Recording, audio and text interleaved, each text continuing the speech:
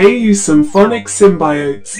I will now be ranking the studio albums of legendary Dutch symphonic prog metallers, Epica. Enjoy! Number 9 is The Holographic Principle. Not a bad album, but overall a letdown because of the triumphant return on the Quantum Enigma.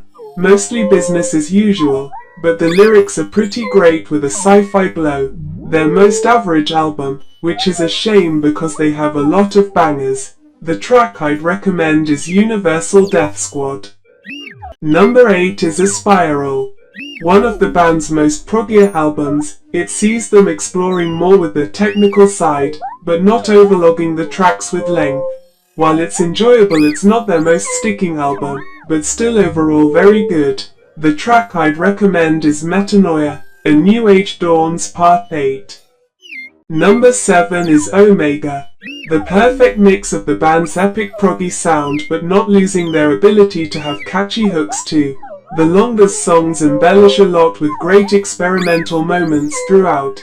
If you enjoyed Design Your Universe, but wanted something a bit more easier to swallow, then this might be the album for you. The track I'd recommend is Kingdom of Heaven Part 3, The Antediluvian Universe. Number 6 is Requiem for the Indifferent. A mixed bag of an album that saw them take a seat back on the proggier side to adopt a heavier tone. It's an album full of hidden gems but also glaring mistakes. When this album came out, they made a very grave error with putting the instrumental version of the last track on the official release.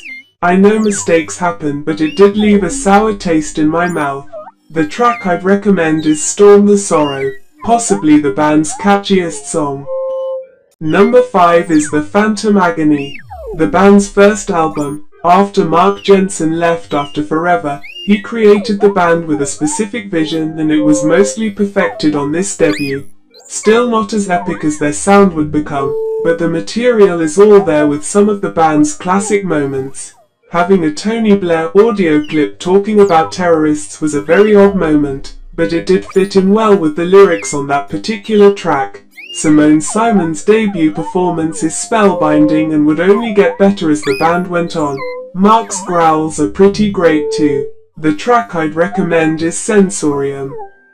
Number 4 is Consigned to Oblivion. What does a band do on their second album? Perfect their sound, obviously. Making their sound heavier and more bombastic was the right step forward, with Cohen Jansson's key playing and arrangements being the real focal point and driving force behind the album. Full of the band's classic tunes and a few hidden gems, it was another step in perfecting the band's classic sound and making them really stand out in the symphonic metal world. The track I'd recommend is Dance of Fate. Number 3 is Design Your Universe.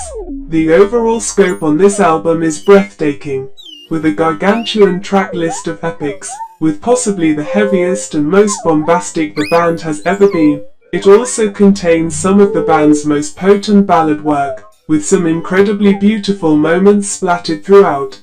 While it may be a lot to take in, it is a monumental achievement not just for the band's discography, but within the symphonic metal genre overall. The track I'd recommend is Tides of Time. Number 2 is The Divine Conspiracy. In my opinion, Epica has two perfect masterpieces, but I prefer one album slightly over the other. But this is not to badmouth this album at all. On this album, it saw the band very much challenge the metal world with what was expected of them. Not only are they symphonic metal, but also they are a progressive metal band. And not only can they make epic bombastic music, but they are great songwriters too. Also, the guitar sound on this album is very unique. It's heavy, but it's also rather low in the mix, which can be seen as a negative, but it gives it a rather odd edge overall. Janssen and Simon's lyrics are also very vibrant, with great philosophical ponderings on religion, human nature and overall meaning. A very powerful and impactful release within the genre. The track I'd recommend is The Divine Conspiracy. In my opinion, the best Epica album is The Quantum Enigma.